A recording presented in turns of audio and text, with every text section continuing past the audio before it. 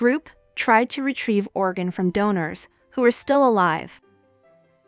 The U.S. federal government is taking steps to shut down an organ donation group in Kentucky, accused of trying to retrieve organs from some patients who exhibited signs of life.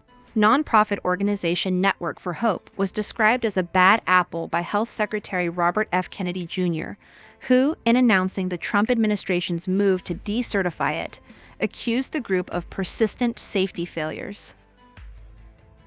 While the surgeries did not ultimately go ahead, the cases made headlines several years ago, prompting a spike in people across the country revoking their organ donor registrations.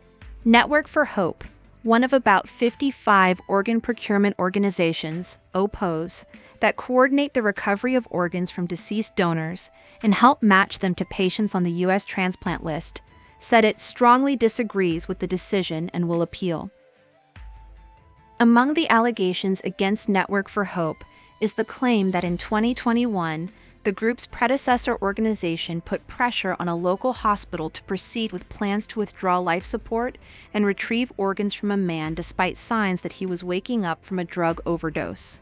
The man, who survived the alleged incident, thanked Mr. Kennedy and joined the health secretary at a press briefing on Wednesday. An OPO is unable to declare that someone is dead, something only a doctor at the hospital treating the patient can do.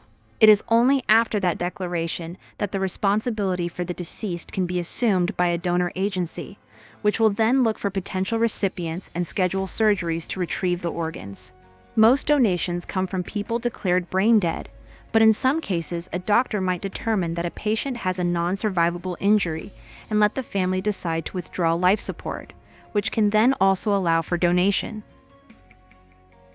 Kentucky recently passed a law mandating that pause, while the Federal Organ Procurement and Transplantation Network is currently working on new rules that also would require all U.S. OPOs to implement it.